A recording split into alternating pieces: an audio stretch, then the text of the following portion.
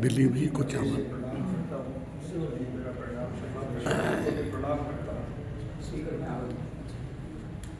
मेरा विषय ज्योतिष नहीं है, मैं आयुर्वेद का चिकित्सक हूँ। ज्योतिष के बारे में कुछ मेरे को भ्रांतियाँ हैं। मैं 27 साल से ये काम कर रहा हूँ। अभी कई ज्योतिषों का मैं वीडियो देखता हूँ, वो बोलते हैं ज्योतिष संभावनाओं का द्वार है। भाई ज्योतिष संभावनाओं का द्वार नहीं है। ज्योतिष में अगर आपका बच्चा मजबूत है, बिल्कुल सही है, तो बिल्कुल परफेक्ट ही आएगा। लेकिन मैं कई ज्योतिषाचार्यों की वीडियो देखता हूँ, पता नहीं वो किस आधार पर प्रिडिक्शन करते हैं। भविष्यवाणी बिल्कुल झूठ हो रही है, फिर भी वो प्रिडिक्शन करते हैं। वो एक धंधा अपना लिया उन लोगों ने, ज्योतिष को उन लोगों ने बदनाम कर दिया है। मैं इस चीज के पक्ष में नहीं हूँ। खैर मैं एक आयुर्वेद चिकित्सक हूँ, मेरा तो आयुर्वेद पर ही बोलना है। 27 साल से मैं ज्योतिष का भी कर रहा हूँ। आयुर्वेद में क्या है कि जो भी आयुर्वेद का चिकित्सक है, अब ये तो सब जानते हैं, आप योगा कीजिए, नियम संयम से रहिए, लेकिन आयुर्वेद चिकित्सक को चिकित्सा करने के लिए क्या करना चाहिए? आयुर्वेद चिकित्सक को चिकित्सा करने की ऋतु, काल, देश और प्रकृति, आदमी की ये चीजें देख कर अगर वो चिकित्सा करता है तो चिकित्सा बिल्कुल उसकी परफेक्ट हो जाती है। लेकिन आजकल के चिकित्सकों को ये बोध ही नहीं है कि अश्वगंधा है कि शतावरी है कि सालम पंजा है कि सफेद मूसली, पता ही नहीं है। सब पेटेंट आइटम लिख देते हैं, पेटेंट आइटम लिखने में लगे हुए हैं। अब ऋतु कौन सी चल रही है, काल कौन सा चल रहा है, आप जब नाड़ी परीक्षण करते हैं तो आपको ये तो पता होना चाहिए कि क्या है। अभी आपको एक लेटेस्ट उदाहरण बताऊं। एक हमारे डॉक्टर साहब है वहां कुचामन में, उन्होंने किसी व्यक्ति को लिख दिया त्रिफला टेबलेट। पूरे कुचामन में घूम गया, कहीं भी त्रिफला टेबलेट नहीं मिली उसको। तो वो मेरे पास आया कि सर ये क्या है?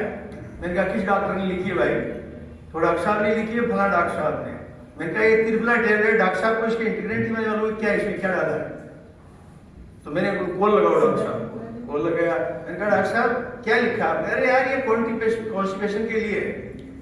मैंने कहा डॉक्टर साहब ये नहीं है, त्रिफला तो बहुत सी बीमारियों में दिया जाता है, आंख के रोगों में भी दिया जाता है, पेट के समस्त रोगों में त्रिफला दिया जाता है। ऋतु के अनुसार अगर आप त्रिफला लेते हैं तो आपका स्वास्थ्य बेहतरीन रहता है।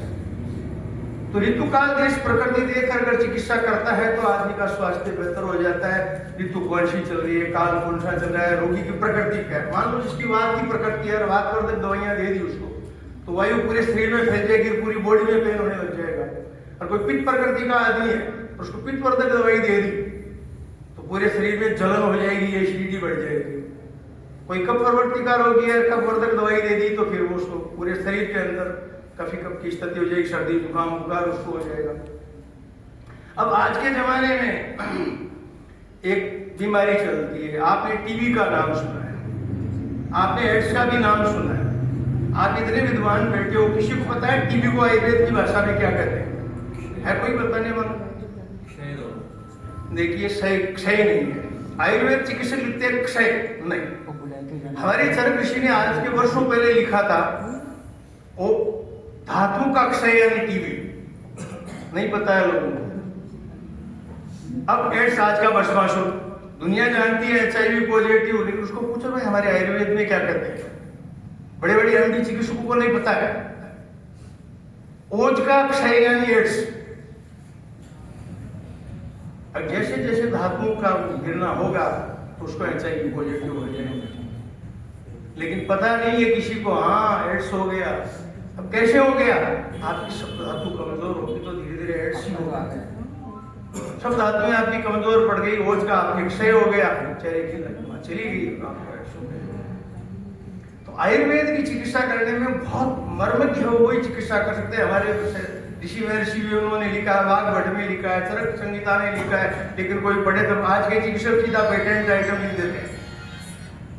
और वही ज्योतिष के अंदर ये जो संख्या ज्योतिष एक हो रहा है, इसकी तरह लेके ज्योतिष बन जाता है। चौथी क्लास पास आचार्य लिख देता है। मेरे को कभी कभी शर्म आती है, और तू कहां से पढ़ के आगे आचार्य हो गया?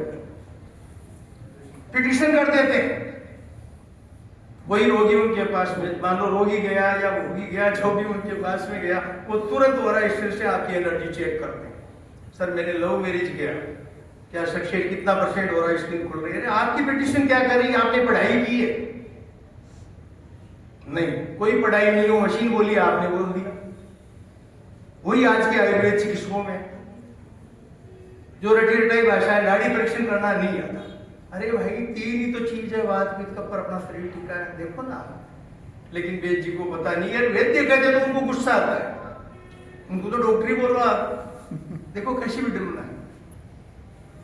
कभी कभी शर्म से मैं कई वीडियो मेरे पास लोग बाग सारे भेज देते हैं, फलाने ज्योतिष ने ये प्रेडिक्शन कर दी, नरेंद्र मोदी तो अगली बार प्रधानमंत्री बने, योगी आदित्यनाथ का ये हो जाएगा। अरे तुमने कौन सी ज्योतिष पढ़ ली भाई? देखा ही इसका 10वें भाव से संबंध नहीं बन रहा है, ये अगली बार मुख्यमंत्री नहीं बनेगा, ये प्रधान, फिर वो बन जाता है। अभी कुछ दिनों पहले राजस्थान, मध्य प्रदेश, तीनों जगह चुनाव है।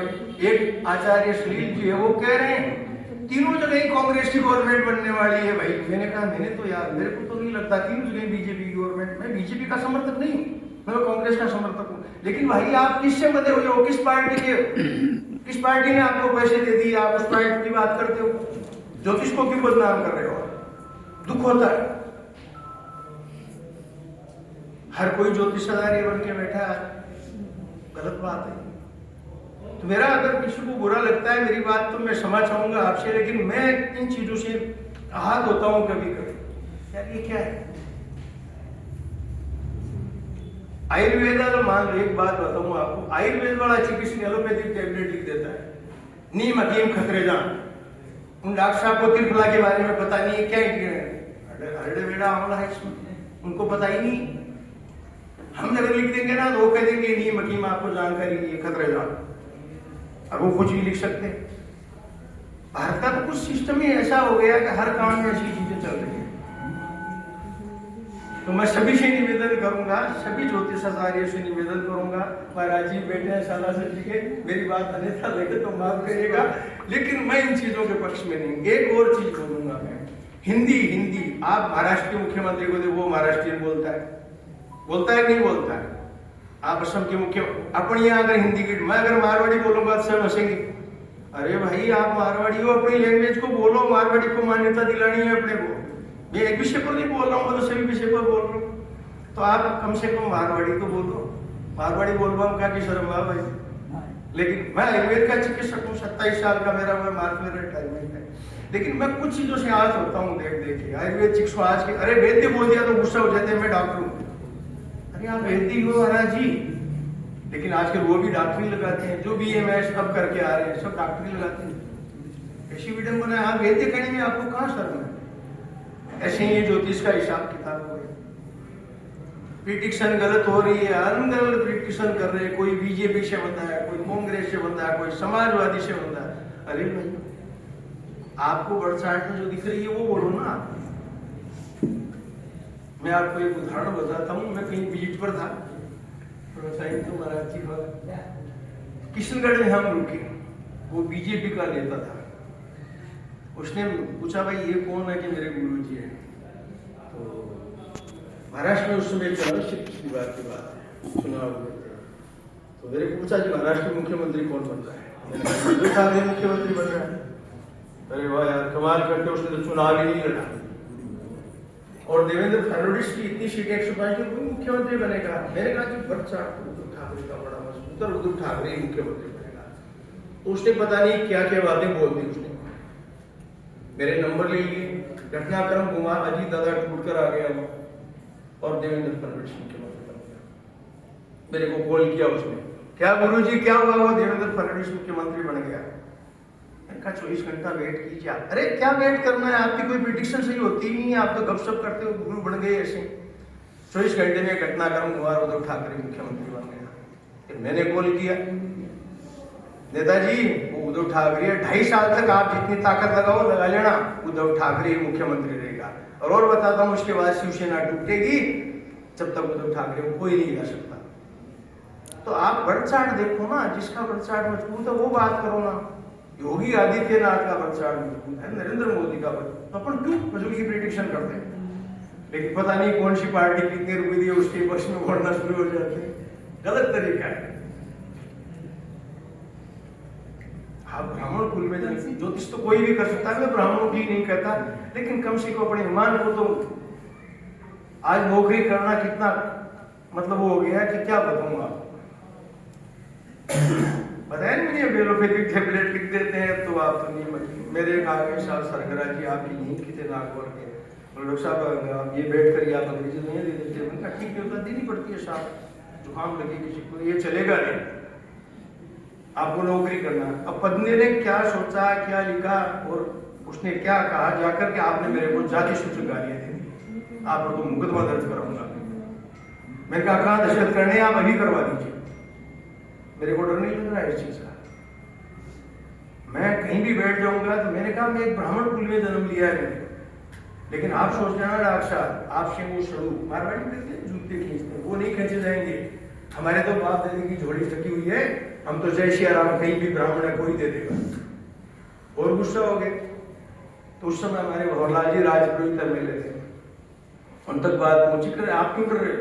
मैंने कहा जी नौकरी का डर नहीं है, नौकरी आज जाती है, बीच रिजार्ट में इतना टैलेंट हूं, खुद कमाकर खाने की क्षमता रखता हूं। तो ये आज के जमाने में नौकरी करनी इतनी आसान नहीं है, हर ब्राह्मणों के लिए तो और समस्या है, और समस्या है।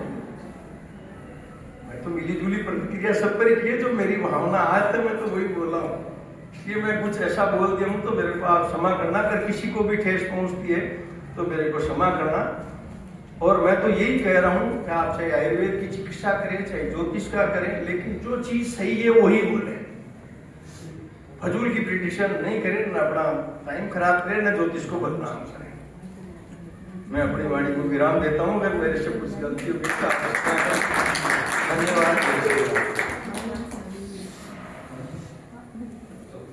दिलीप जी सर ने हमें आयुर्वेद का महत्व बताया, जो कि बहुत ही अच्छी बात है, लेकिन उन्होंने अपनी व्यथा भी प्रकट की कि लोग गलत ट्रीटमेंट देते हैं और गलत प्रेडिक्शन देते हैं। झूला छाप जैसे डॉक्टर होते हैं वैसे भी ज्योतिष भी होते हैं दुनिया में, लेकिन जो बीमार है या परेशान